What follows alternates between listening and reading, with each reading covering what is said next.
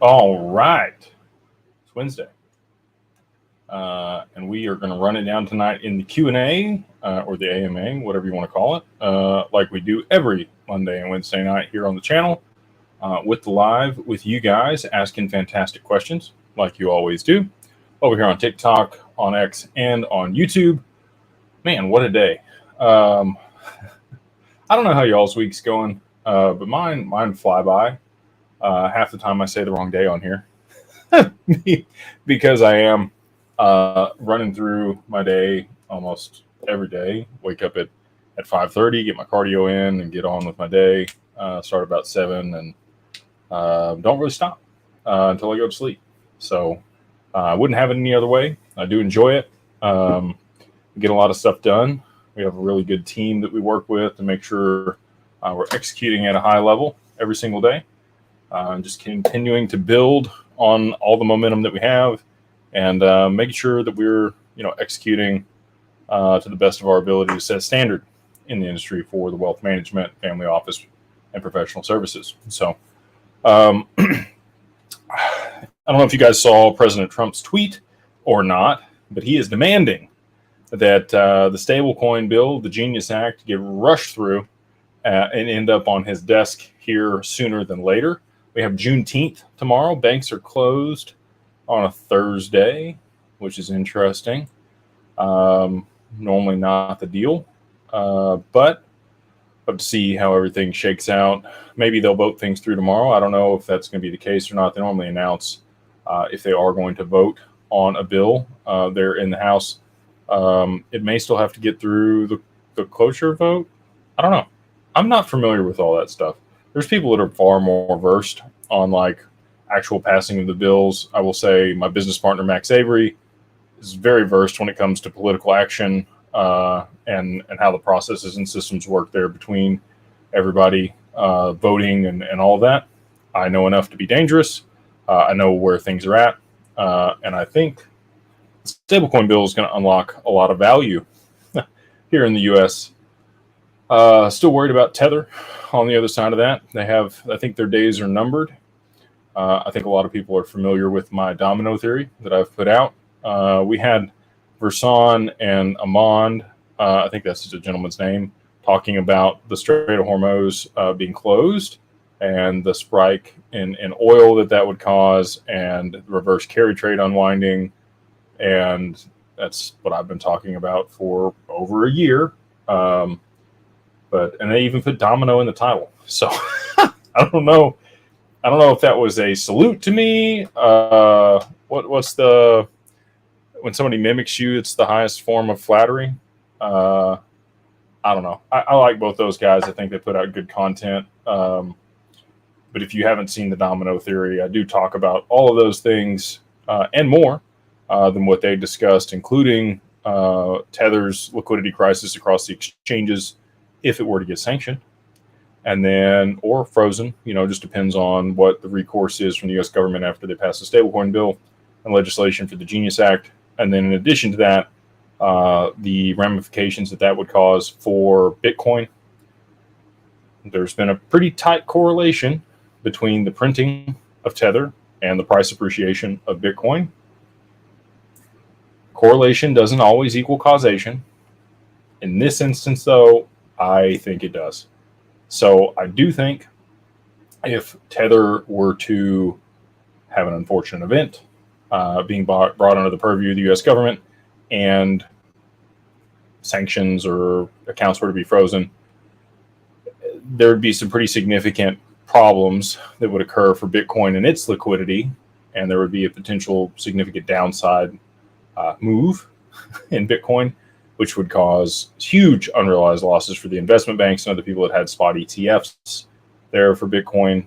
And the only way that they would be able to de-risk from that, because Bitcoin does trade 24/7, 365, would be to move to instant settlement on the back end of the stock market, which, if you've been paying attention, the DTCC finalized Project Ion in cooperation with R3 back in 2022. So that's sitting there, ready to go. And they moved to T+1 on May 28th, a little over a year ago, with the option to settle real time on the back end of the stock market between the clearinghouses and the brokers with an instrument, a digital instrument or a digital asset, if there's enough liquidity in it. My personal opinion is that will be XRP, just based on us working with R3 in the little bit that we have.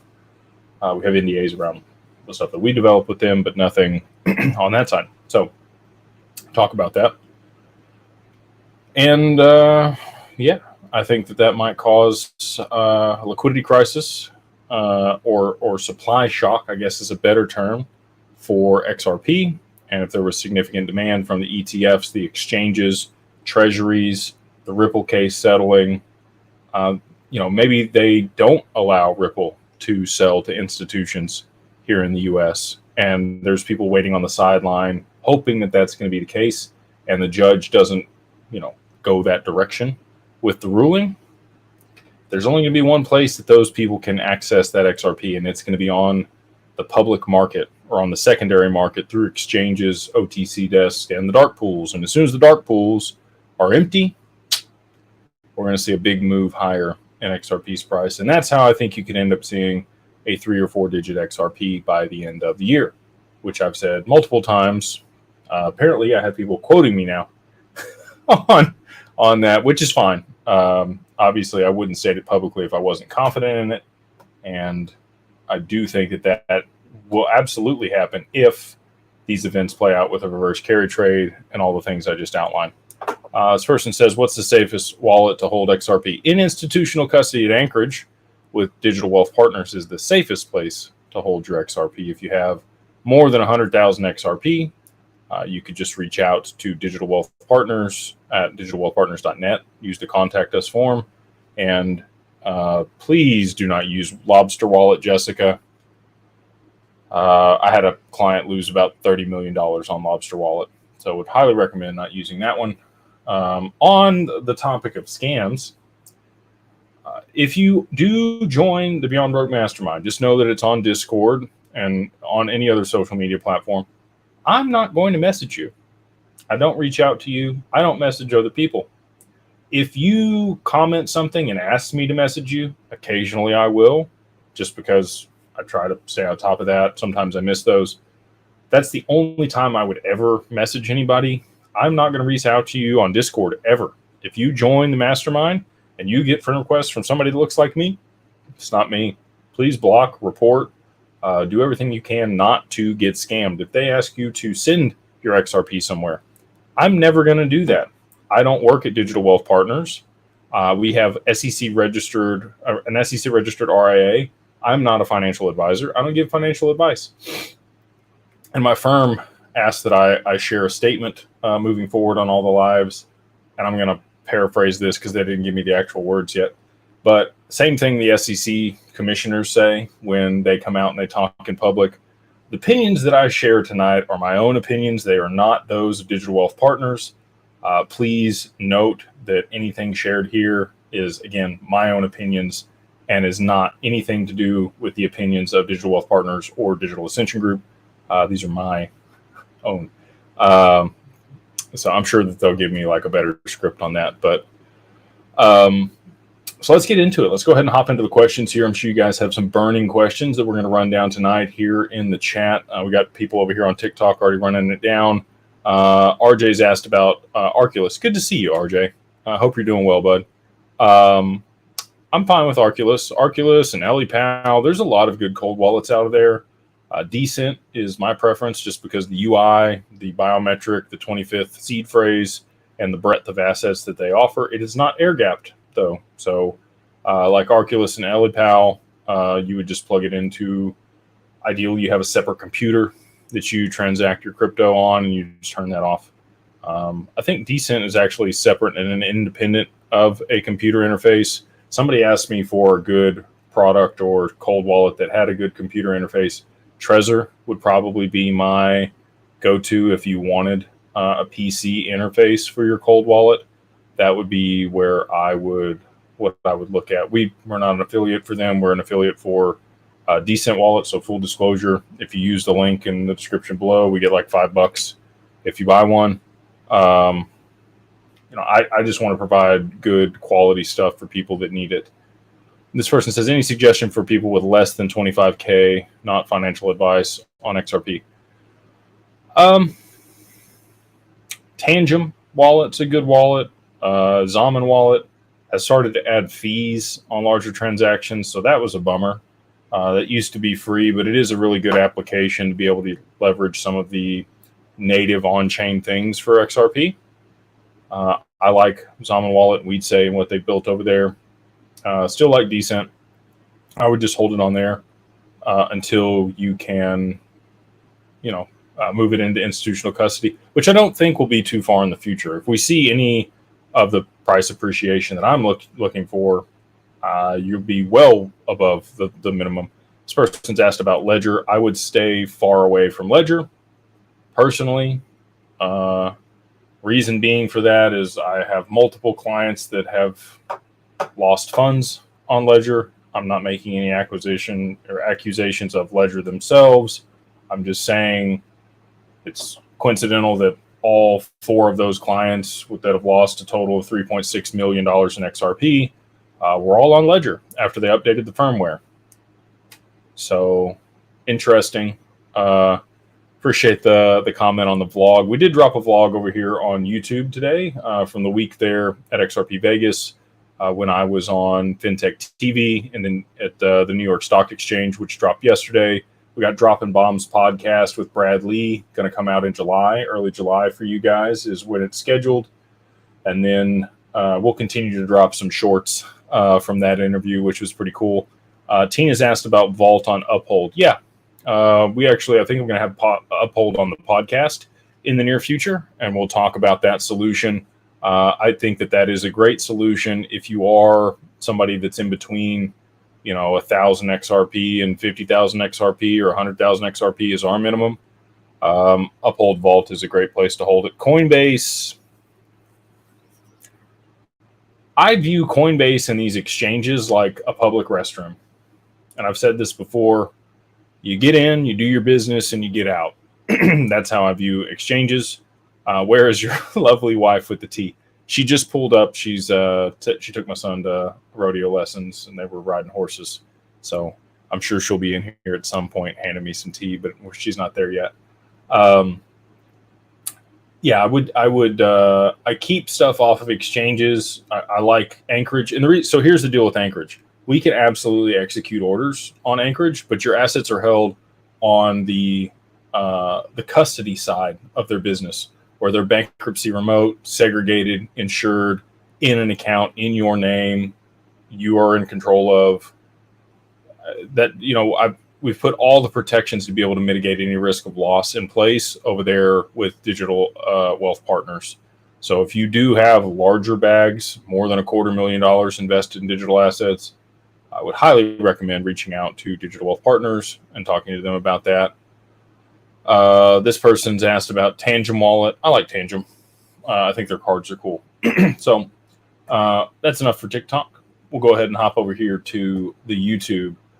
We got Rob. How are you, sir? Appreciate you on the super chat. He says, would it be helpful to walk through the upcoming dominoes that would impact price, but that can't be baked in because they are event triggered? Yeah, we can run that down. So Strait of Hormuz, you need oil to spike. That could come from a bunch of different things. And the reason oil spiking matters is it's what will cause the Bank of Japan to pivot and raise interest rates. Until they do that, until they move higher with interest rates, we're going to continue to stay in a holding pattern with the reverse carry trade, which is good. People are happy about that. We'll see what the Fed says tomorrow. Or did they... I don't know if they came out today. Let's see. Did the Fed lower interest rates today? Fed interest rates. I've been busy all day long. They hold steady. So they did not move. If the Fed were to lower interest rates or Japan were to raise interest rates, either one of those would cause the reverse carry trade to unwind because there's not enough margin or meat left on the bone for people. So people that may not understand what the reverse carry trade is, people have borrowed tens of trillions of dollars from the Bank of Japan over the last 20 years at sometimes negative interest rates. So they would literally pay you to borrow money. which sounds crazy, but when you're looking to stimulate your economy and you don't have any other way to do it, that's how they tried to do it. Obviously a failed exercise, because most people just borrowed that yen, swapped it for dollars, and took it and put it to work in other places around the globe, in markets here in the US, in crypto and gold, and in treasuries to be able to generate a yield on free money. What a wonderful thing, right? If you had the credit worthiness to be able to borrow billions of dollars from the Bank of Japan, you did it. So this pension funds, Warren Buffett, anybody and everybody that could get it, hedge funds, they all borrowed from the Bank of Japan. So they put that money to work, but now they've got to refinance that debt. And if the yen appreciates against the dollar too quickly, it causes them to be upside down on their loan. And if there's some costs from de-risking or selling off these positions, you got to pay your broker in the transaction when you sell the security or the bond or the gold or whatever you purchased. And then you have to pay the fee to convert those dollars back into yen to repay that loan in the denomination or the currency that you borrowed it in. So there's a spread there. And if you have the yen appreciating against the dollar very quickly, like we did back in August of last year, when we saw the reverse carry trade start to unwind, we saw the S&P 500 drop 13% in one day, limit down at 7% and continued lower. The Nikkei was down, I think, 15 or 16% in one day. Those are things that you're going to be looking for when oil spikes and the Bank of Japan raises interest rates. And they're likely going to have to aggressively raise interest rates if oil spikes to double the price that it is now. We have JP Morgan and Citi and Goldman talking about $120 or $130 a barrel for WTI crude. So if that's the case and it moves there very quickly because of global macroeconomic events like the Strait of Hormuz closing, they're going to have to aggressively raise interest rates to mitigate the inflation that they would see in their economy. Global central banks walk a line, and the line they walk is, especially the US, anything that we do here affects the rest of the world, but we also have to do what's in the best interest of our citizens, right? So if we have a lot of inflation in our economy, it's a good thing to raise interest rates. But when we do that, it affects global economies because they're dependent on the dollar also. Same thing with Japan. Because they are the largest treasury holder of the US, there's some implications there. There was a video I watched just the other day where a gentleman broke it down in much greater detail than I do. I kind of keep it high level for you guys just so it's understandable. But there's a lot more nuance to this. But basically, oil spikes, energy costs rise, there's a lot of inflation. They have to raise interest rates there in Japan. That exacerbates the need for people to pay back those loans. You see them sell off positions globally across all markets to be able to repay those very quickly. And that's when we get a global credit call effectively. And there will be a credit crisis or an ICE 9 event is what Jim Rickards calls it. In that event, you're going to need some way to be able to settle those unrealized losses and restart the economy and kickstart things and generate GDP very quickly and remove inflation from the economy. Switching to a digital asset to settle transactions real time does all of this. And you might say, well, how does it remove inflation? You can think about when you process a credit card payment, you have MasterCard, Visa, especially Amex, they charge you a lot of money to be able to settle that transaction because of their partnerships that they leverage in order to be able to do that. Again, Max Avery, shout out to him. He has a very deep, robust understanding of credit processing and payment settlement for all of these providers and payment processing because he worked for Guardian, which set up a bunch of this stuff. He sold those products to retail stores.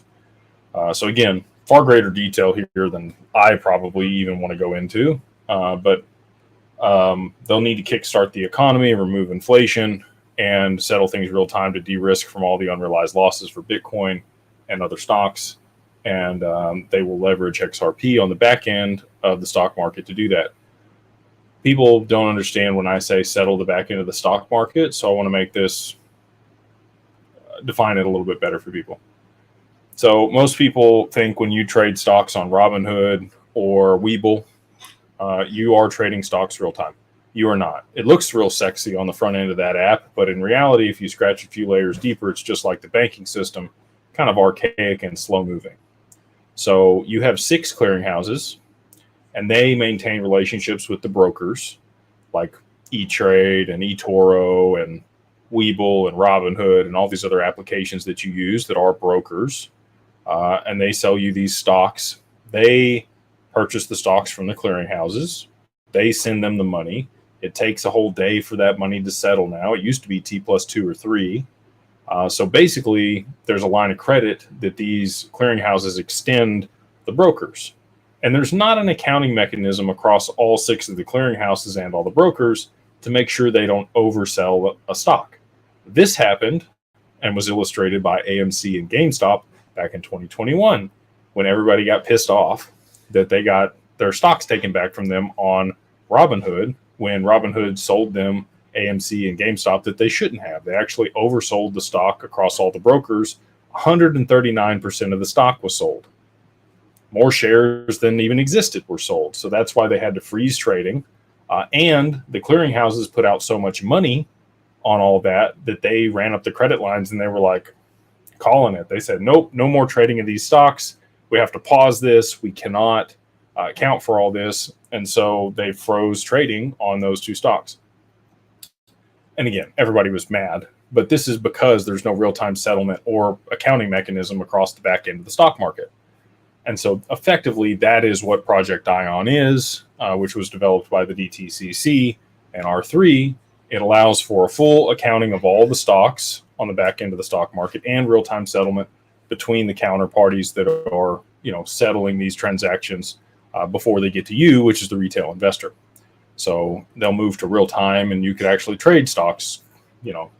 I think they're going to move to 24/5. So it'd be 24 hours, 5 days a week. Weekends will still be off for the stock market. At least that's what I've been told.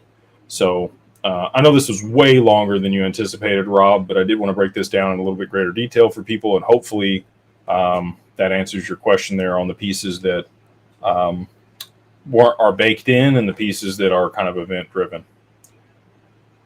We've got things to know. They say legend. What's up, man? Thank you guys for that. I told you all one story one time about the lady at Ripple calling me that.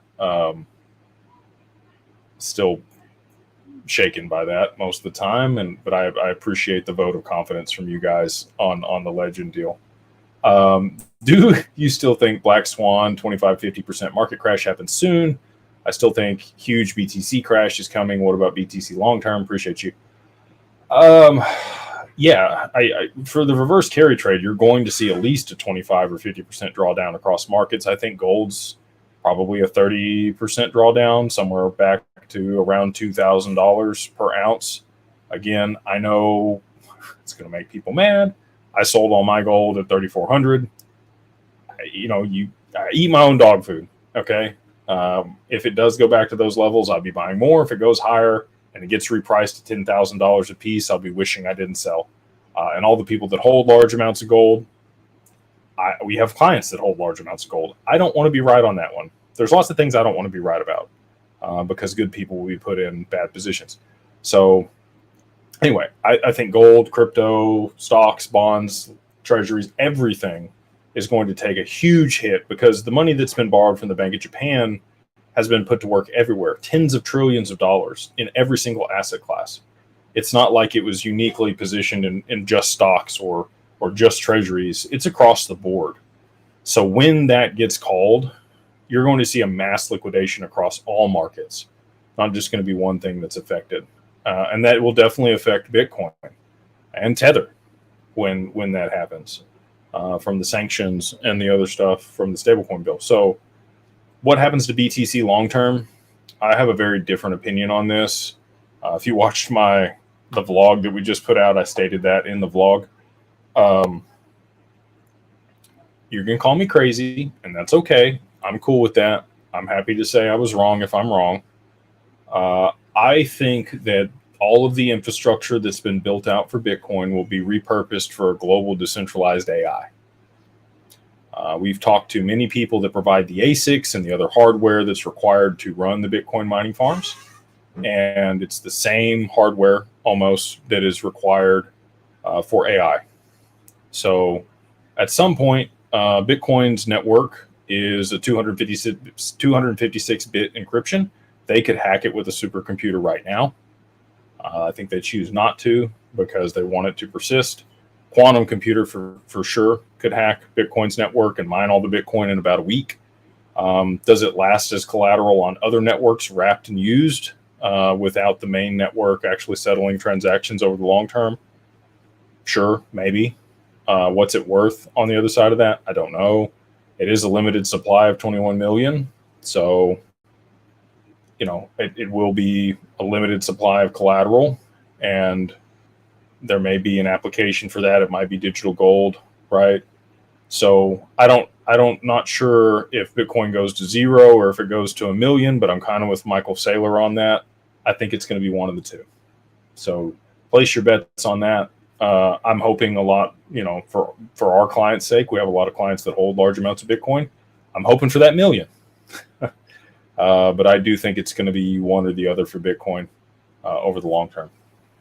So we've got AJ. What's up, man? He says, just found you a month ago. Very cool. I'm a former Force Recon Marine, a Recon Marine. I just want to say thanks for the integrity and transparency. How long do you think it will take for the Genius Act to go through the House? Great to have you here, man. And thank you for your service. Just want to say, there's not a whole lot of people that get into that position. And for you to take part of your life and dedicate it to that, just want to commend you for that. My uncle was a Marine, and appreciate your service. So on to the question, though. How long do I think it will take to pass? Trump wants it passed yesterday. So if he gets his way, I think things will move a little bit expedient. If we get any type of catalyst that requires Congress to act quickly, let's say, the Strait of Hormuz gets closed and we see a bunch of treasuries flood onto the market from the reverse carry trade unwinding, like I've been talking about, then, days maybe. Could it be drug out longer than that? For sure. Could be drug out way longer than that. We've got other people speculating that it'll go all the way to August. I don't think that's going to be the case. If I were a betting man, and I'm not, I don't go to the casino very often. And when I go, I take $100, and if I make 100, I'm out. If I lose 100, I'm out. That's my threshold for gambling. So if I were a betting man, though, I would bet that at some point here in June, we do get the passing of the stablecoin bill. This person says, make sure you learn which are the native assets. I think XLM is Lobster. Again, here's how I feel about Lobster. I don't know if you guys have ever dieted. Okay. I was a bodybuilder for 10 years. When I was dieting, I didn't keep cereal in the house. I didn't keep cookies in the house. I didn't keep peanut butter in the house. I just stayed away from things that could cause me problems. And that made it a lot easier to be successful. That's how I feel about Lobster Wallet. Like, just stay away from it. There's no reason to use it other than potentially having problems, right? If you can hold XLM on all kinds of other wallets, like why would you want to choose Lobster when there's so many scams and other problems on there? Just stay away from it. I don't think people think about things like that. Maybe I'm weird, and you can do a lot of things in your life just saying no to stuff and not putting yourself in situations to set yourself up for success. So that's how I view Lobster. Like, it's like the junk food that I just shouldn't be eating if I'm dieting or trying to stay in shape, and I just don't buy it and don't put it in my house. I stay away from it. I don't know if that's applicable, like I said, for other people, but that's my thought on it. Circle has to crash, right? What about Link and ADA? I like both Chainlink and Cardano. I don't know what Cardano is going to be used for in the long term. I've met Charles Hoskinson. We met him at Rare Evo last year in August. Came up and shook my hand, talked to him for a little bit. He's actually just a little bit older than me. He looks a lot older than me. I'm 33 and Charles is like 37 or 38. And kudos to him. He's a billionaire at, I think he was like 36 years old when he became a billionaire. So kudos to him. But I'm not sure on ADA. There's a lot of games being built on that network. I just don't know what the real world application for it's going to be. Chainlink has a huge amount of adoption. It is the enterprise Oracle. If you are using an Oracle in an enterprise application to port data from Web 2 into Web 3 to be able to be used in smart contracts, Chainlink's it, man. There's a few other people that are competitors out there, but they definitely have the head start, and I think that they're going to continue to be the leader in that space. How much value moves over that network is yet to be seen. I'm not going to speculate on price. I didn't make a bunch of money on Link. So Link was actually the first thing I ever bought when I got into crypto, because I was like, here's a real world use case. It's an Oracle. It allows for transmission of data. That makes a lot of sense to me. Bought it at $4, sold it at $8. Messed up, went to 32, So yeah, that's, another lesson I learned. Scale in and scale out if you are going to take profits. Crypto Sponge. Never catch these lives. Always work Monday and Wednesday. But if ADA completes the airdrop for Dust and Midnight tokens, will XRP holders participate at Anchorage? They will not. So if you do want to participate in those airdrops, you're going to need to hold your ADA on a platform that is, or your XRP on a platform that is going to participate. Anchorage does not facilitate airdrops.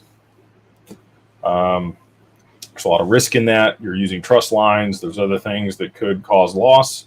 It's not something that they've figured out how to mitigate the risk on yet. And with Lloyd's insuring them up to $100 million, it's not something that they allow at this time. So if you did want to participate, you would just move your assets to your cold wallet or wherever you could for the snapshot for the airdrop, and then move them back if you chose to do so. Which I know is a pain. We're working on it. It's just, it doesn't exist yet. Like a lot of the stuff that we've already built. It just didn't exist before we showed up. LT says, hey, Jake, appreciate you on the super chat, brother. He says, once XRP's price appreciates to levels, let's say 1 to 2K by end of year, do you anticipate it to hover around that price as it continues to rise? I do. So if you think about an index, let's say the S&P 500, the NASDAQ, the Dow, the market caps of these things are gigantic, right? And the higher the market cap is of something, the more liquidity is in something, the more value that's in something, the more value it takes to move it up or down in price. Okay. So, if XRP's, 2,000 per token, which I think is reasonable with supply shock and utility and all the other things we've talked about by the end of the year, which you also mentioned. I do think that it'll hang out there for a while. I think that it'll be fairly stable at that price. I don't think you're going to get the crazy the price fluctuations that you've seen in the past. Similar to Bitcoin, right? Like it takes a lot of money to move Bitcoin one direction or the other. Bitcoin is still, and all of crypto is still pretty nascent. But if you saw that type of price appreciation on XRP, there would be a lot of liquidity in that token, and it would be very high, stable value. So, I do think it would be fairly stable at that price when it is that price, in my opinion. Again, there's a lot of people that, like over here say I'm crazy. He's mad. Da da da. Look, it's just my opinion. I'm just a guy out here on the internet. I've had some conversations with some people that, did I say 2,000? I said $2,000. Yes. There are circumstances and events that would have to play out for that to happen. They look like they're going to play out here in 2025. If I'm wrong, again, happy to publicly state that I was wrong. But I think even if I'm 1/10 right, people are going to be very happy with how that works out. We got Adarberry. They say, hey, Jake, things are getting interesting. They sure are. Thanks for being the best guide around. Could cross-chain interoperability protocol act as a value bridge between two stable coins like XRP, bridge currency, cross-chain interoperability, CCPI or CCIP? So it bridges data in between chains. So if you wanted to take a price feed off of one chain and then move it on to another one for a real world asset in that other environment, Sure. CCIP doesn't work really good for the settlement of value. It's not what it was built for. So there's a lot of people out there that talk about, that being used in that application. It could be repurposed for that, but it would be very clunky. We've talked to the legal team there at Chainlink. I know people that work there. I should probably have somebody on from that network and actually ask them that exact question. And I think that would resolve that issue for a lot of people, because you see a lot of people that just read stuff online and then regurgitate it. I don't do that. I go to these companies, I talk with their executives, I talk with their development team, and I ask questions because they're relevant to the applications and stuff that we are building. We have a platform called Syndicately. If you guys haven't read the book that we dropped last year, it's called Wealth in Numbers. You can go check it out on Amazon or Barnes & Noble. We'd love your feedback on it. It talks about how to raise, pooled investments here in the U.S. through a Reg D fund, how to do it compliantly. But we built the software that does that, right?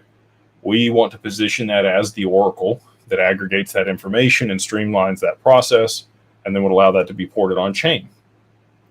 And in doing that, we've been able to have conversations with a lot of different parties: Avalanche, Ripple, Chainlink, Polymarket, Polymesh. List goes on and on. Okay, because we have an actual application for the technology that's built on top of a software that we already have. It's a real world application for it. So happy to reach out to Chainlink. We can talk to their lawyers and probably get in front of some of their executives or whoever would have that information and get them on the channel.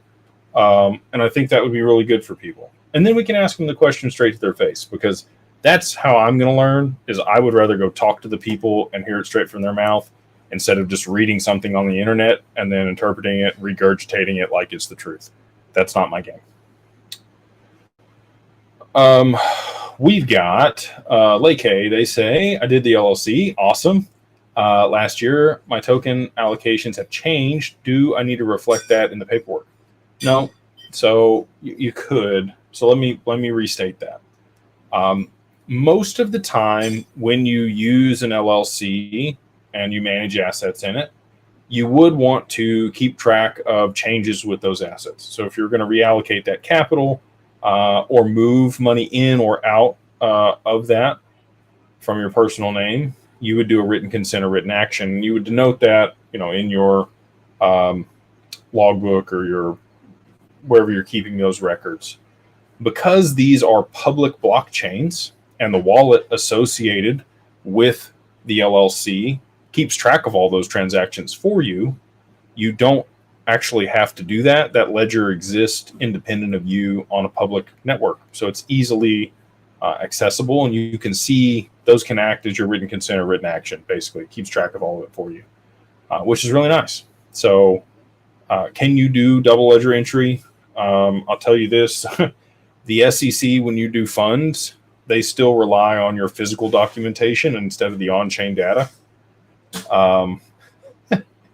They want you, and that overrides the on-chain data. Whatever you kept physically is what they refer to. So just wild to see that they haven't seen the application for that yet. But for you, on the LLC, again, I would just, you don't have to do it. Your wallet is going to maintain those records for you. If you guys do want to work with us on the LLC to establish your holding company to be able to manage your digital assets effectively, we set that up in Wyoming. We do everything end to end for you. We just dropped a video today with Laughlin, who is going to be our paralegal work on the back end of this to be able to maintain the integrity of your corporate veil. And they talk about all the importance of that and why that's important in that video and that interview that we just dropped here on the channel. And again, this is a lot of the stuff, if you're going to make a bunch of money in digital assets. Oh, thanks, babe. There's my wonderful wife. Very cool container here.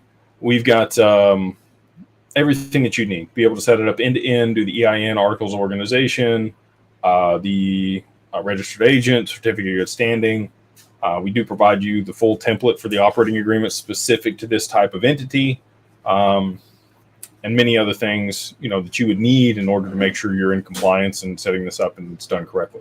And we do everything for you for $2,000. It's normally $4,000. But if you use the code 50OFF, 50OFFDAGLLC, that's 50OFFDAGLLC at digitalfamilyoffice.io.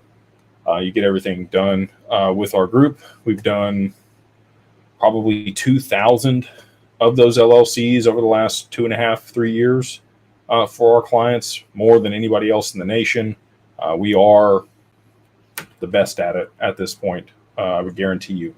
And it's going to cost you more if you go to an attorney. Now, you can try to do it on LegalZoom, but I guarantee that there's going to be some things that you do there or don't do there that may cause you some tax issues or problems later on down the road. Please work with a professional if you're going to go set that up. Even if it's not us, please work with an attorney. My business partners alerted me to the fact that we have 1,184 signups for the Mastermind this month, which is wild. We have over 3,000 people there in the group. So if that's something you want to be a part of, we do more in real life events than any other community in the XRP community. And I think even in crypto, I think we're probably beating Bored Ape Yacht Club at this point. I think they've slowed down with some of their stuff. But we also provide financial education, business resources. We have 2 town halls every single week. We have insurance, health insurance. We can't call it that. It's a health share plan that we piggyback on another association for, so you can get a certain type of health insurance or health coverage, I guess is the better term for it, there in the community. No other mastermind I've ever been a part of has ever offered me health coverage for being a part of it. So you can get that if you're elderly, you have pre-existing conditions. There's some constraints around that. If you're an entrepreneur, it's a great option. In addition to that, we do run private deals there in the community, exclusive access to private deals. I've got one in Carbon 2 right now that's pretty cool. Some Wi-Fi technology that is very innovative that we think is going to have a big exit. And we run other deals as well. So if that's something that interests you, we would love to have you there in the community. You can try it for a whole month for free. And if you don't like Discord, if you don't like it, there's no long-term contract. It's month to month. Just go to beyondbroke.com right here. And then use the code BeyondBroke, all capitalized, the number 1, and then MO gets you a free month there in the group. Try it out on our dime. Charlie Brown says, Jake, the great. When price appreciation happens and we can borrow against our XRP, you can borrow against your XRP right now, bro. We already have that both for the Mastermind. That's another perk of the Mastermind if you're in Carbon 1. And at Digital Wealth Partners, we've got exclusive deals there to allow people to borrow against their XRP. He's interested in buying assets first for cash flow. That's what I'm talking about, dude. Thank you. Wouldn't borrow to buy more XRP. Be the better play. Love you mucho.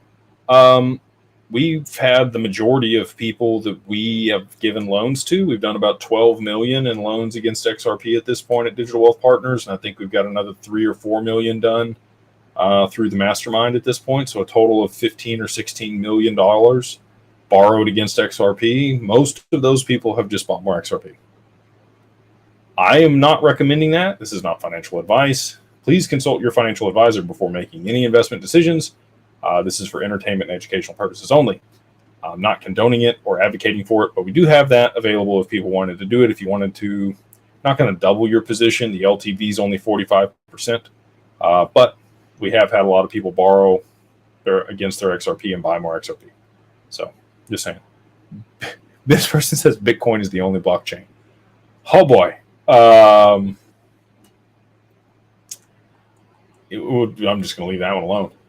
We have Rob again. He says 2 XRP ETFs debuted on the TSE today. 3IQ and Purpose.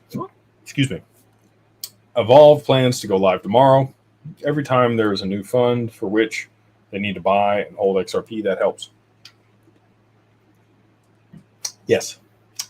Anything that's a spot ETF is going to drive demand for XRP. And the more people purchase those shares in that spot ETF, the more XRP they have to buy off the open market in order to back those shares. We've talked to 3IQ. We support them in their efforts there in Canada. Super excited to see them be successful. They offered no fees on their Solana ETF. So really cool to see them be first to market here in Canada for the spot ETF on XRP. Yeah, awesome team over there. And really excited to see the next one go live tomorrow. Sad to see that, they beat BlackRock to the punch. I tried to poke the bear there on Twitter a few days ago, and they did not respond. But I do think now that they've kicked the can for the Franklin Templeton ETF here in the U.S., the SEC has postponed that. I don't know what the next date is for the ETF approval or which one is next on the docket.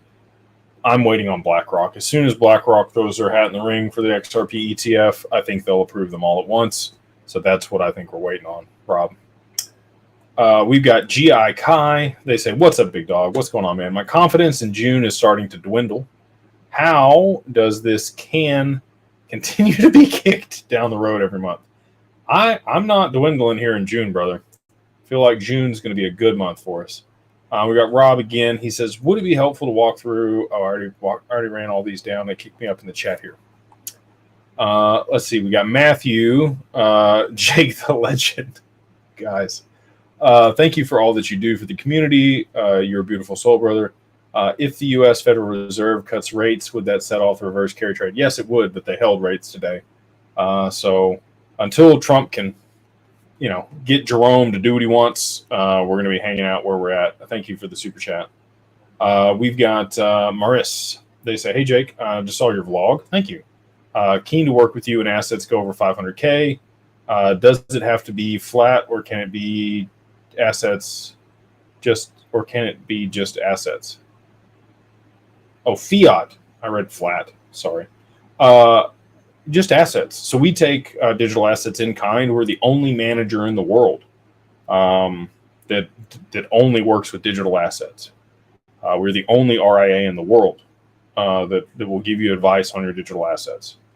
We take them in kind. We provide institutional grade custody, segregated, bankruptcy remote, insured, in your name. You will never be a creditor of Digital Wealth Partners or Anchorage. If anything were to happen, you just set up another RIA that manages your assets, or another trust bank would step in to manage the infrastructure. If something happened to Anchorage, God forbid something happens to you, you have beneficiaries and your spouse attached to the account, just like a Schwab or Fidelity account. So they would get the assets in kind. We're not going to liquidate those assets and give them back to your family like an exchange would. Not going to name which ones, but I've had multiple instances where that's happened. For clients that were holding their assets on an exchange. Another reason to get it into cold storage or over to us to make sure that your family gets the assets and not just cash for these investments if something, again, God forbid, were to happen to you. We got, there we go. This is what I was looking for. Imitation is the highest form of flattery. Imitation was the word I was looking for. Thank you. We got Michael. He says, Jake just watched the video from Vegas. So freaking pumped to get fully on board and start working with you all. I have so much to learn. I have so many questions. Won't sleep again tonight. Just email our team, brother. Just info@digitalfamilyoffice.io. Happy to help you guys out. Should start to slow down now that the specials are over. So we did run 2 specials earlier this month. One for people that had 50,000 XRP or more. They could get their assets into institutional custody. That is no longer live. If you didn't make it in, I'm sorry. If you're just finding this now, it is at 100,000 XRP again. So if you have over 100,000 XRP or at least $500,000 in your digital asset portfolio, we would love to work with you there at Digital Wealth Partners. You are going to have your assets in an LLC in order to work with us. Again, Digital Family Office can help you set that up, or we can provide you other people globally. So let's say this person's over here in Dubai. What's up, man? Appreciate you. We have a team there in Dubai that can establish an entity to be able to manage your digital assets in one of the free zones there in Dubai or in the broader UAE. We have people in Switzerland. We have people in Portugal. We have people in Malta. We have people in Nevis and Jordan, the Bahamas, the Caymans, BVI, Cook Islands, all over the world. We've curated services and partners to be able to manage and establish entities for your digital assets. So about 20% of our client base at Digital Wealth Partners is international. As long as your assets are held in an entity, whether that's a trust or a corporation or a retirement account or a self-managed super fund over there in Australia, we can work with you and manage your digital assets and provide ways to be able to generate returns on them, liquidity against them, and be able to advise you on those assets at Digital Wealth Partners. So this person, Wayne, what's up, man? He says, the can continues to be kicked from the highest levels. Why did Trump and others speak so early about XRP ETFs and regulation just to flip tight-lipped and allow Canada to beat us to the spot ETFs? Is this intentional? If you really wanted to test people's patience, this is exactly how you would do it. They've been doing it for a long time. People know what it is. You know, I know what it is. I'm not going anywhere. Just continue to buy more, right? Like if you're going to hold the price down, more power to you. Thanks, Gary, for the lawsuit and everything else. It's allowed so many good people to be able to aggregate large bags of XRP that wouldn't have had that opportunity if everything had kind of played out back in 2020. So I think retail, the delays are a blessing rather than a curse, because once it happens, there is no going back. It'll be a completely different reality for most of these people. You will be in a place of abundance and wealth that it's difficult to imagine. And the asset that you're holding, I think, will be a tier 1 asset. I think that over your lifetime and then your kids' lifetimes and your family's lifetime over the next 100 years, it's going to set you up for so many things. This person says liar over here. I curse you. Okay. People on TikTok are fun, man. Tend to have a little bit shorter attention spans, which is not a bad thing. I'm not poking fun at TikTok. We got Money Pit. He says, hey, Jake, paid for the LLC. Awesome. Trying to onboard. Sent the email to Dag and Jonathan for the LLC status. Have not heard from either. Sent paperwork in on Monday. Was this response time? Getting back for the EIN. If it's Monday, it's going to take somewhere between 3 and 10 business days most of the time to get back. At least that's our SLA. Sometimes it's faster than that. I will say that our team has been bombarded with emails and communication, so please give them some grace in response time. They sent me the reports the other day, and they tend to get back to people within 7 hours on average. If it's been longer than that, I apologize. They may be waiting to hear from our provider that we work with to file the LLCs in order to make sure they're giving you good information and not just putting you off. So if they didn't say, hey, I've reached out, well, I'll let you know as soon as we get back. I guarantee that's what they've done. And you will hear something soon. But as soon as we have the EIN and the articles of organization and the registered agent and all the other paperwork that you were owed, you will receive an email. If you sent it in Monday, I wouldn't be surprised that it's not back yet. Juneteenth is also a holiday tomorrow, so it's a banking holiday. I'm sure that the Fed's taking their sweet time off. Anytime the government can take time off, they do it. It's a federal holiday, so I don't expect any EINs to get pushed across tomorrow. I'd love to be wrong, but I would, if you haven't had anything back Friday, I would ping us just again, and hopefully it should be back at that point. I know he told me today when I talked to him, we've got 160 outstanding LLCs that haven't had their paperwork come back. And if you filed Monday, I'm sure you're in that group. So again, appreciate the grace and the patience on this with the volume that we've had, just with the the special that we ran. And don't be like concerned. If you paid your onboarding fee and you're in the process of setting up the LLC, we will honor it. You will be in. You just have to fund your account within the next 30 days. Angus, he says, cheers. Smash the like button. Shout out to the mods. Appreciate you, man. Yeah, shout out to all the mods there in the Discord and part of the Mastermind. Again, if you want to be part of what I think is the best community in crypto, the culture there is fantastic. Everybody's there to help everybody, to have aligned incentives. and everybody's going to have a lot of fun doing private deals on the other side of price appreciation. So if that sounds cool to you, you can check it out right here at beyondbroke.com, and you can use the code BeyondBroke, all capitalized, the number 1, and then MO gets you a free month there in the group. This person says, do you think XRP can reach 50K by 2030? I think it'll happen before 2030 for 50K. I think 6 digits probably going to take till 2030.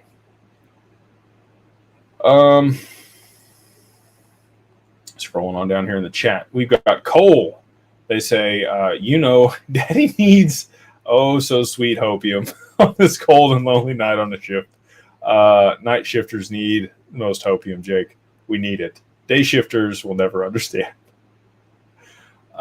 It's not hopium, man. I'm not here to shill anything that I don't believe in or I wouldn't state. I'm like, look, there's a lot of people that come at me sideways on social media that don't have their face on their stuff. They come at me as a keyboard warrior, and they're like, you are a liar, and you shill hopium. And I'm like, I have an SEC registered RIA that I'm affiliated with. I'm on the digital chamber. Like, I'm a public facing person. I'm not trying to hide anything.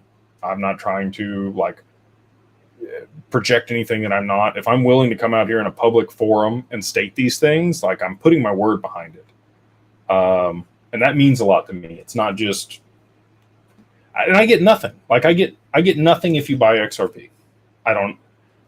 Your investment in XRP is not going to pump XRP. Retail is not going to pump XRP. It's going to be institutional adoption. The volume that we've seen on it now is because of the spot ETFs. And that's why it's at $2. Like, retail couldn't push it over 50 cents for 4 years. Okay. Even when the case pumped the price and we got some good news, came right back down. So me coming on here and shilling XRP, like, it's not going to do anything. I'm on here because I think this is an opportunity of a lifetime, and I come on here and talk about it. It's where I have my money. I try to be fully transparent with you guys on that. This person says you got nothing to prove, Jake. I appreciate that, man. Look, I want to help people. That's what I'm here to do. The services and the products and stuff that we've built are to help people. It is a business. We do make money. I don't make any bones about that. We don't make much money. We have a tight margin that we make. And hopefully over the long term, that turns into an appreciable amount of money. But in the short term here, I've built this to make sure people had a place to go and had access to products and solutions to make sure they didn't have to liquidate all their XRP if they didn't want to. So anyway, and I get on here, spend time away from my family and answer questions for people and hang out. And I wouldn't rather be anywhere else. I get a lot of fulfillment from this. I do get a lot of enjoyment from it, but it does detract from other stuff in my life. So anyway, for people to come at me sideways irks me sometimes. Get off my soapbox. I'm XRP. It says, hey, Jake, you've mentioned in the past that XRP's price appreciation due to Ripple versus the SEC case would make XRP a security. Can you please explain why that is in this case? Good question. Okay. So in stocks, when there's good news, earnings reports come out. Or there's a partnership between a company and another corporation. People will speculate on that stock and the price rises. Okay. If speculation on if Ripple were to be involved with how XRP was used to appreciate, there could be constituted a correlation between Ripple's efforts and the appreciation of XRP. Therefore, it would meet all 4 prongs of the Howey test and cause XRP to be a security of Ripple.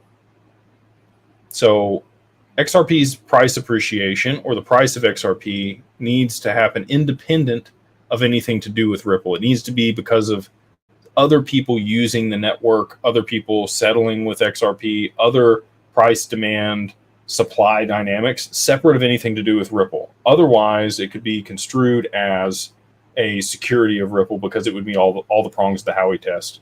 Because of Ripple's efforts, XRP was successful, which we kind of know is going to be the case. But at the same time, the large price appreciation and adoption, just because it's a decentralized network, needs to be independent of Ripple's efforts, if that makes sense. So we need R3 to use XRP to settle the back end of the stock market or settle CBDCs on the XRPL, or a supply shock for the exchanges to be the cause for the appreciation. It can't be the case settling for XRP and or for Ripple and the SEC here in the US.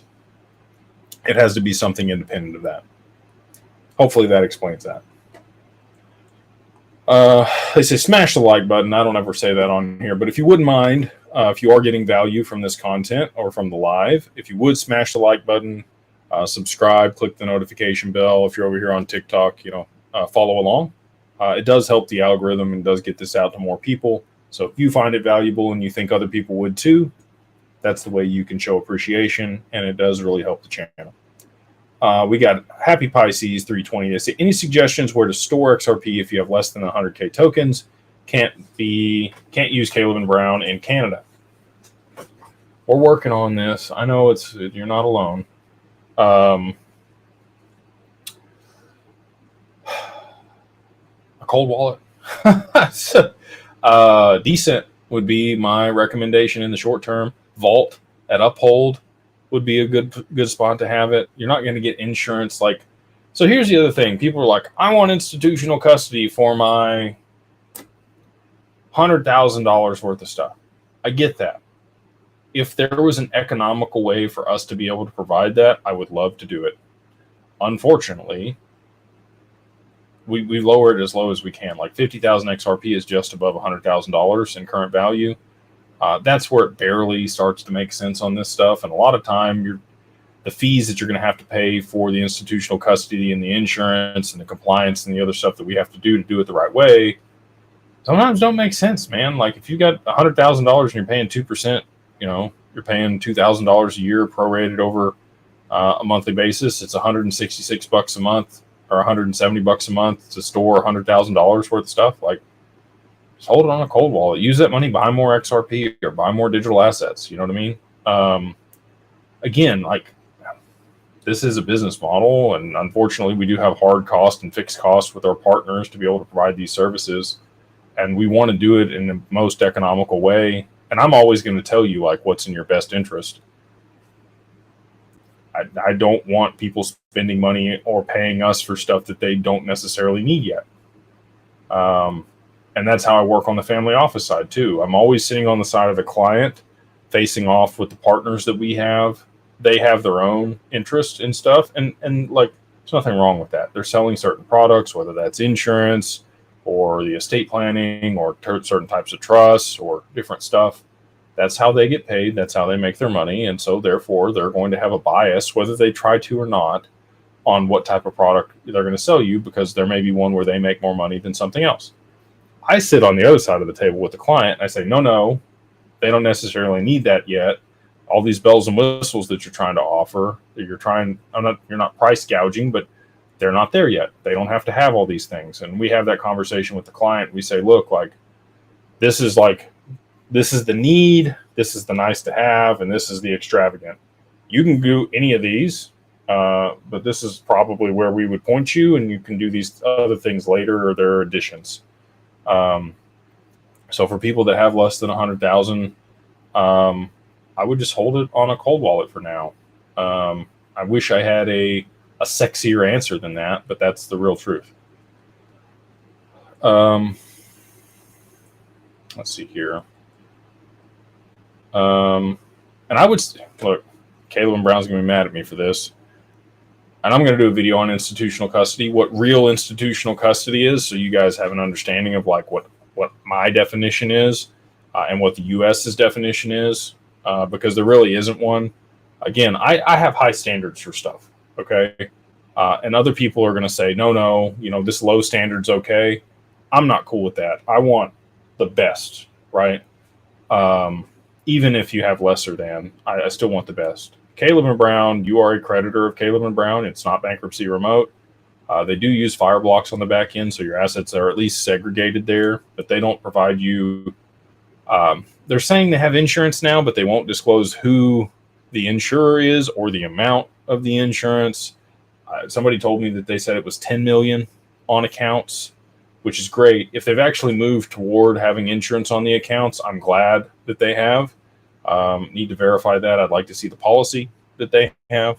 But that may be a good solution. But you just mentioned, Canadians can't participate there. So anyway, it's not that I'm not working on that. We definitely are in the background. It's just not something that's an immediate driver for us.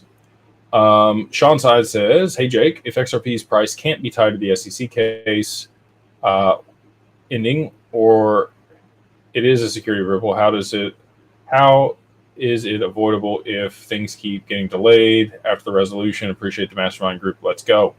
I think that the case will settle, potentially settle on the summer solstice here in a couple days. And if we got price appreciation before that or after it, as long as it wasn't correlated with it, then it's not a security of Ripple. Legend. Foz, what's up, man? He says, "Can you explain what to expect from Fedwire going live in July? Should we expect any sort of price appreciation for that event?" So here's the deal with this. These parties that are going to participate in the transfer of value are not going to leverage this network or this asset until there's enough liquidity in it. Them using it isn't going to cause it to appreciate. It's a chicken and the egg. Like, there has to be liquidity in it before they can use it. Okay, so we need a supply shock for XRP to drive demand to push the price to a level that it will have enough liquidity where it can then be used in that application. Okay, so the answer is no. Fedwire going live is not going to have any effect on the price. What's going to affect the price is a supply shock from the ETFs, from the demand on exchanges to be able to settle transactions there in a liquidity crisis with Tether, and the treasuries, people accumulating XRP for their treasury and holding it as a treasury asset. Those are the three mechanisms that you're going to see that are going to drive huge amounts of demand for XRP that are going to cause the price to escalate to a value where it can be used for Fedwire or to settle the back end of the stock market or in these other applications. Okay, so if it's a high enough value by the time Fedwire goes live, sure, that'll help continue to maintain the integrity of the network and settle those transactions, and it'll be another application for XRP to be able to maintain price stability and that high price. But that's not what's going to actually cause the appreciation of the asset. And nobody else can tell you that. But I am. This Storm Surge says, "I have a cold wallet and I need firmware update. I'm terrified to do it because I don't want to lose my assets." As soon as you do it, just move your assets off there. That would be my recommendation. The people that I've had that unfortunately lost assets updated it and then waited, and things happened after that. So up to you. Again, I'm not pointing fingers here. There is some litigation that's currently open and pending on Ledger. I don't know if that's going to go anywhere. I'm not making any accusations. There's lots of people that sue lots of people for no reason. Okay. But there seems to be a correlation between updating the firmware and Ledger, and after that, sometime after that, assets being removed from those wallets. So if you're going to update it, I would suggest moving it off of there quickly after doing it. Would be my suggestion. This person says, "Luke, what's up, man?" Luke Physique, that's what I'm talking about, dude. He says, "So technically price has to be high for Fedwire to work." Yeah, that's exactly correct. You for them to go live with Fedwire, and I think that's the other reason they've continued to push that date out, is because the liquidity in XRP is not there to actually facilitate the use and instant settlement of the network to be able to do real-time transfers and transactions for Fedwire. And that's the other, like, people are like, Metallicus, and I'm like, it's got $4.3 million of liquidity in the whole DEX. on that network. It's not settling anything. Okay. Credit unions might use it on the best case scenario for that network is credit unions might use it and adopt it. And they would have to dump a lot of liquidity into that token and issue stablecoins on the network for it to actually work. I don't think so, man.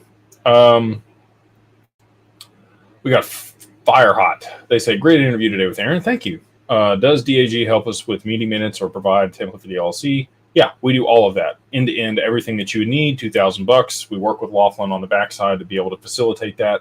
If you go to Laughlin and you're like, oh, we're going to undercut it and do it for less, they don't provide you the template. They don't provide you the operating agreement that we do. There's a lot of things that we provide that they do not.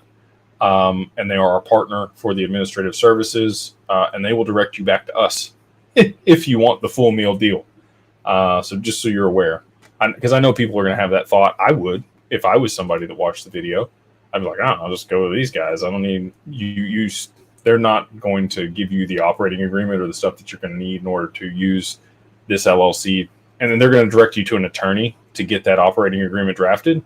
And it's going to be at least another $2,000 for any attorney that they direct you to. So it's going to cost you, $3,000, $3,500 if you do it that way. Or you can just use us and you get the benefit of them too for $2,000. So yeah, we do all of that, and we work with them to do the meeting minutes and the other stuff on the backside. We got Rob. He says 2 XRP ETFs. Oh, he already ran this one down. Thank you for the super chats, Rob. He says, let's see, we got Zeno. They say, hey, Jake, with oil spiking as a prerequisite, how quickly after the spike would we expect Japan to react with an aggressive rate increase? How long for that to translate to XRP's price? Good question. All of these dominoes are set up and ready to roll. Hours? A couple days, maybe? Less? Instantly? I don't know. A short time frame. Imminent would be the way I would describe it.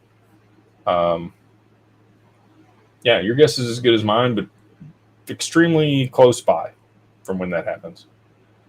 Textured Puma. They say, Jake, I believe I've already pierced the veil by selling BTC to buy XRP through my personal bank account for Uphold. Is there anything that can be done to remedy this? Yes. Yeah, Laughlin can work with you to make sure that that's structured the right way and they record it. It just needs to be recorded on the backside. It's not like the end of the world. They will help you. If you set up the LLC with us, we're going to have a rolling cadence of introducing your advisor there to all of our LLC clients, and they'll work with you to rectify that. We've got Henry Liu. They say, love the Beyond Broke Mastermind. You're appreciated, Jake. Is there a certain price oil has to spike to before the domino series starts? I think it's a move. It's a percentage move in my mind of at least 20%. Like when you see a spike of 20% on oil in a very short period of time, Bank of Japan's not going to have much choice at that point. Like that's when they're going to have to move. So if it's a slow rise, like they'll have time to adjust, and it won't be at the pace that's needed to push them to raise interest rates. They'll have other ways that they can mitigate that risk or reduce into money supply. So I would just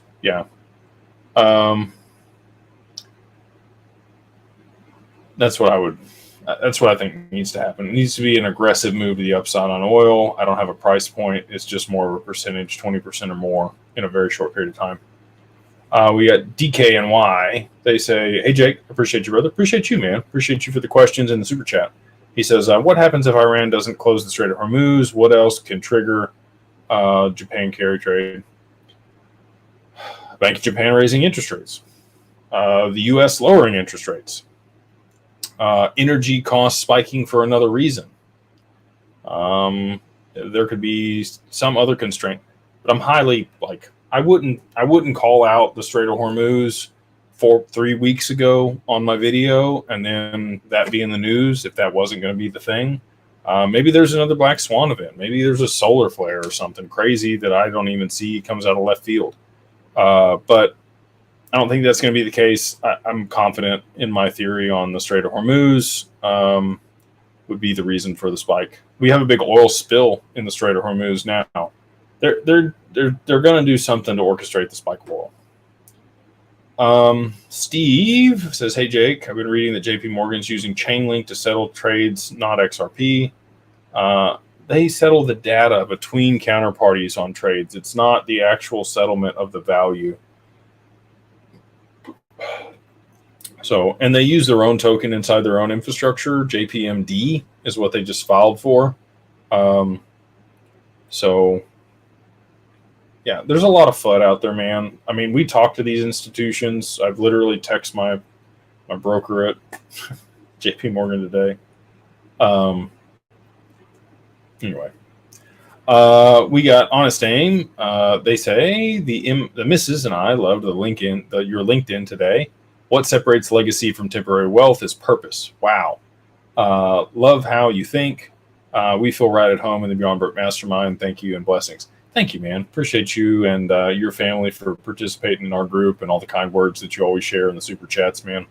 It means a lot, and the support definitely doesn't go unnoticed. And we try to put out good content. You know, there's a lot of things that we see when we come into conversations with people that have come into wealth recently. Not necessarily mistakes that they're making, but maybe just ignorance or oversights that they might have. And so that's what kind of spurs a lot of those articles and stuff that we put out on Substack and across the social media. Just best practices and things and frameworks to think about when you do come into a large amount of wealth to make it last and make sure that you have that legacy that you're trying to leave. We got commissions. They say to be accredited to receive 100K in December of 2025, and then PA hits with another 100K in January of 26. That's 2 years in a row of wishful thinking. Well, you need at least 200,000 in income if you're single, 300,000 if you're married, for 2 years in a row on your tax returns after you filed them, if you're going to do it that way to be accredited, or you need at least $1 million worth of net worth outside of your primary residence or the equity there. And so that's the way that I would do it. And again, like even if you're not accredited, we have ways that you can get access to some private deals in the mastermind. If you want to go check that out, it's at beyondbroke.com. You can use the code beyondbroke, all capitalized, the number 1. And then MO gets you a free month there in the group. Our dream for that group is it's a private deal community over the long term. We provide financial education and business resources there to help you get access to the private deals if you don't meet that accredited status. And here's the deal for us. Like, let's say you aren't accredited, but you get into some private deals with us because of the way we structure things in a 506B. And those pay out for you, you're likely going to be accredited, right? After that point. And then, you get access to a bunch of other stuff, and that helps everybody. So anyway, really excited that we've been able to raise over more than that, like 10 or $11 million there in the community over the last 2 years to participate in different private equity deals. Independent of some of the other counterparties in the space that have been doing that are having problems right now. So anyway, just really proud of the community and what we've been able to accomplish. And I think that'll just become even greater over the long term. So if you want to be a part of that, we've got 3,000 people there in the community. And again, if you want to check that out and try it out for free, you can use the code BeyondBroke, all capitalized, the number 1, and then MO gets you a free month there at beyondbroke.com. Group 1 Gavin says, legendary leader. What's up, man? He says, where can we find the link for the Dropping Bombs interview? It's not out yet, Gavin. It's coming. We're trying to build that hype. You know what I mean? Bradley did do a really good job. I really did enjoy meeting him and his team there in Vegas and being on that podcast. I think that's going to be a fruitful relationship. And you'll get to see that there in the podcast. He says, have received securitized login. Unsure what to do now. You will send your test transaction. You're going to get funding instructions. If you are in the pipeline there at Digital Wealth Partners, just email support@digitalwealthpartners.net. and you should receive the funding instructions in short order after you've been set up on Securitize to be able to fund your account. Let's see here. We're going to hang out about another 10 or 20 minutes. So I'm going to try to make it through all the super chats. Thank you to both Armando and Mark for the super chats here. We've got Nash. He says, "Sup, brother? Sup, man? XRP to the moon." Two-part question. Has XRP's case decision been pushed for another 60 days? And is HBAR the next boom coin given hash technology? I'm super bullish on HBAR. I think that it could be another 3-4 digit token over the next 3 to 5 years. It's probably my second favorite. I don't own any currently, but it is my next play after XRP takes off. And then, yeah, the case, I think the judge is going to rule before that 60 days. I could be wrong, but I think it'll be sooner than later. Don't have a crystal ball. We got Aaron with the 589, man. We have 58,900,000,000 XRP in circulation right now. I don't know what that means to you, but it's a tell for me. We've got, he says, Aaron says, "Hello, Jake. What is the significance of 58.9 for the total circulating supply, and how does that pertain to XRP's price appreciation by our events? Thanks." So, there's been a lot of things that have pointed to 589. 589 is an interesting number. It adds up to 22. There's 22 cards in the tarot. The last card of the tarot is the Fool. It's also the beginning card in the tarot. It's the start of the journey and the end of the journey. The end of the journey is the world, and then you start over as the Fool again. Ripple plays the Fool. There's a lot of stuff that goes back to the Grateful Dead and their song Rippled. Lots of different things that just make you go, about how they've structured stuff. 589 is an interesting number. You got 589 for the COMEX. You've got some other legislation that has 589 in it, which is interesting. Brad Garlinghouse has followed 589 people for a long time. Bearable Guy, posted about 589 a bunch. You got Shane Ellis, who talked about 589 for XRP's price if Bitfinex were to go down. There's just on and on and on. It's been one of those patterns that's been repeated about something significant about 589. So even if you don't dig deep into it or know exactly what it means, you're seeing the pattern here with the total circulating supply. So to me, that's a tell that we are on the precipice of something here.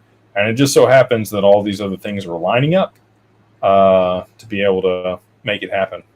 The B-Man XRP says, "Hey, Jake, got really pumped watching your YouTube in New York and Vegas. Looking good. Appreciate it, man. Dieted down for Vegas, which I didn't lose any weight. I just recomped. Still sitting about 230. I'm in like 9-10% body fat there in Vegas.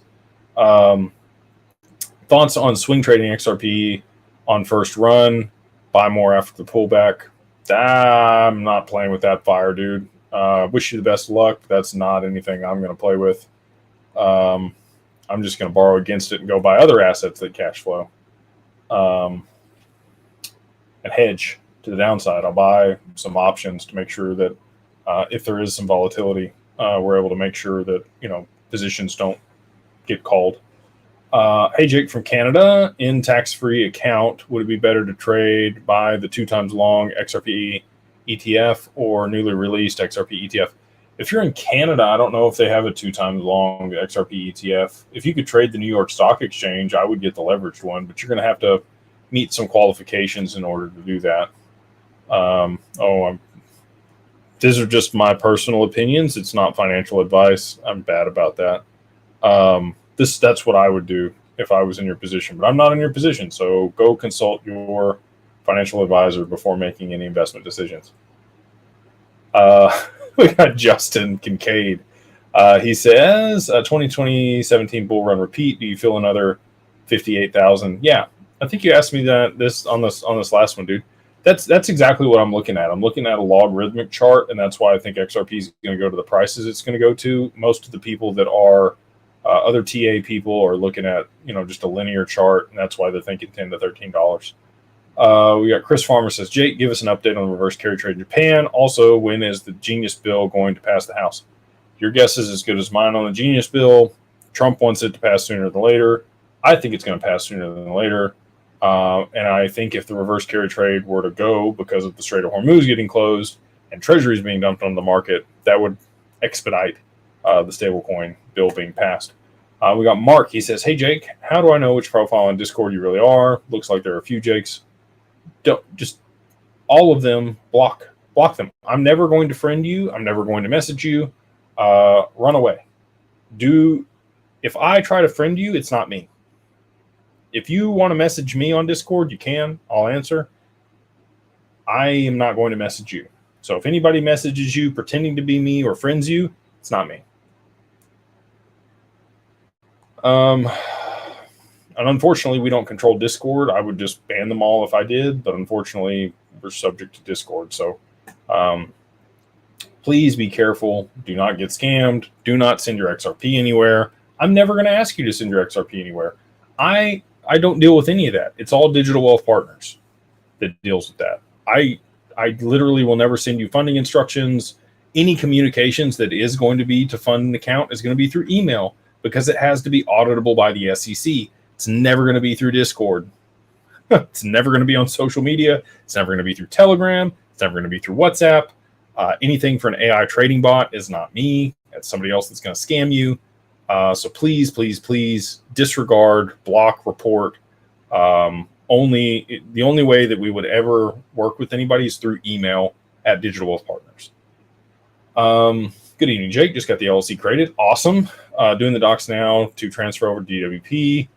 Will there be an app to monitor? Yeah, Securitize is the application, and you'll be able to log in on your computer and see your assets along with any proxy positions or investments that you've made with Digital Wealth Partners. Paul says, hey, Jake, greetings from Germany. Awesome, man. Good to see you.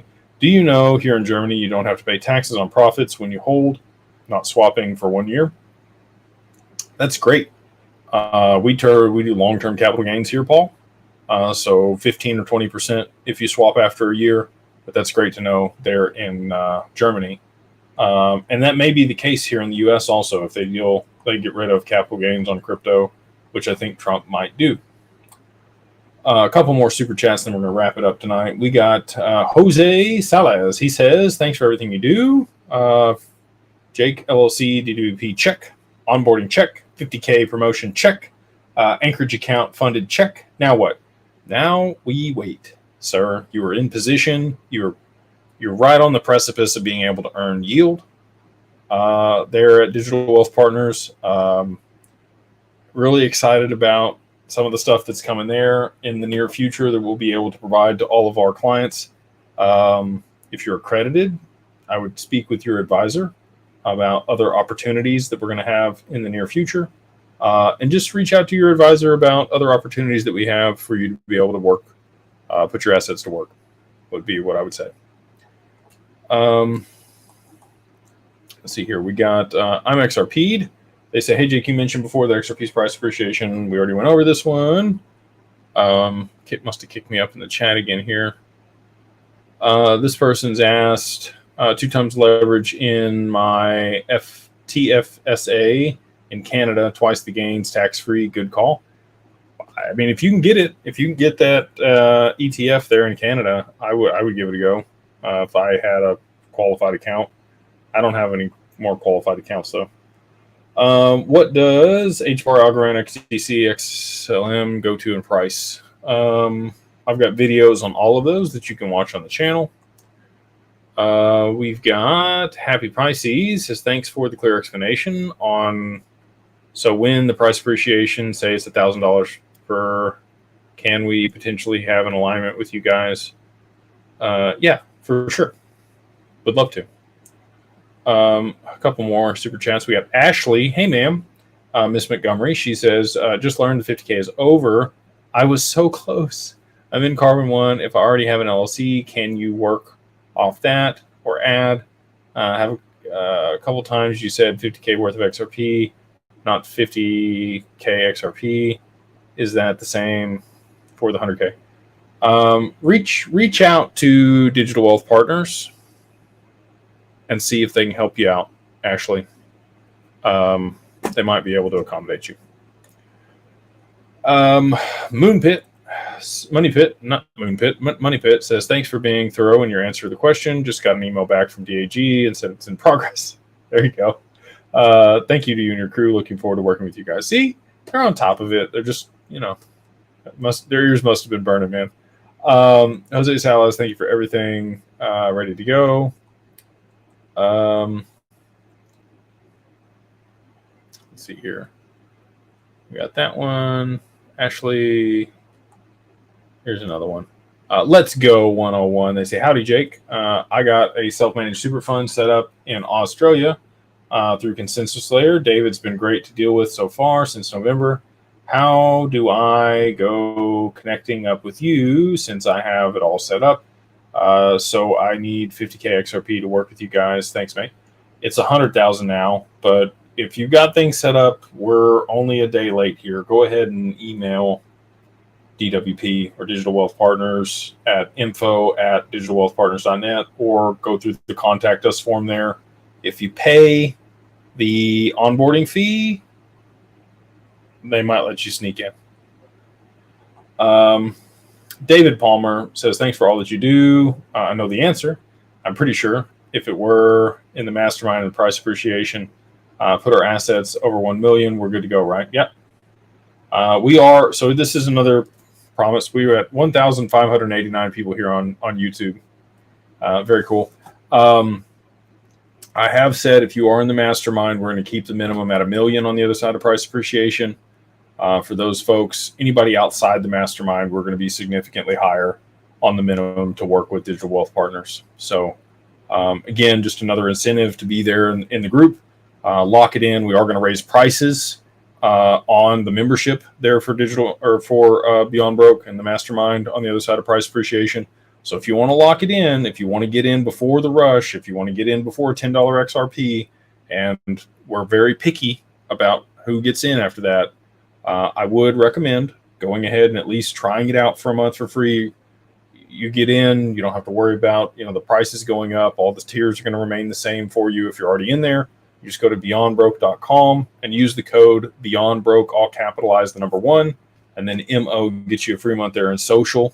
It's $25 a month after that if you want to stay in there, or in Carbon One, it's $100 a month. We try to provide way more value for everybody there than what you're paying for. That's always my mantra, is I want people to be like, wow, I would pay more for this. That's how we want you to feel. If you don't feel that way, give us feedback. We want to do better. We want to provide as much value as we can. So go check it out if that's something you're interested in. We got Darren Kearns. He says, hey, Jake, I have less than 50K XRP in a cold wallet. What's the number of post-price appreciation to qualify for your company? Inside the mastermind, like I said, we're going to do 1 million.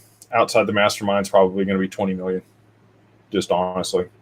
And that's not because I'm trying to keep people out or do bad by anybody. It's literally because we have limited resources. And I'm going to take care of people in there in the mastermind first before anybody else. And over time, we might lower that threshold. But on the other side of price appreciation, that's what we're going to do. We're going to keep it at 1 million for anybody inside the mastermind. And anybody outside the mastermind is going to be closer to that $20 million mark. Family office level, basically. We got Happy Days. Do you think the volume of the hidden XRPL, if it was released, would push the price up? There's no such thing. Happy Days. Whoever's telling you that is lying to you. There are private ledgers that are side chains on the XRPL that have been trialed by the banks and institutions with a separate asset, which was a exact replica of the XRPL. Until the price on the mainnet, there's not a price on the side chains that's different from the mainnet. I've literally talked to David Schwartz's face about this. And he was like, if you had a wrapped XRP or if it was on a side chain and it was a different value, people would arbitrage it until it was the same value.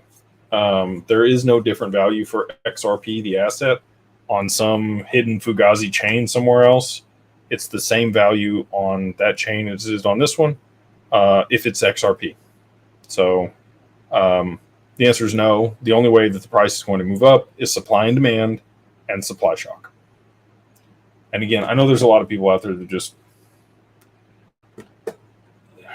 run their mouth on stuff and don't have anything to back it, or they point to some crazy stuff online. I'm going to give you the real deal here and tell you, shoot you straight. So, wow.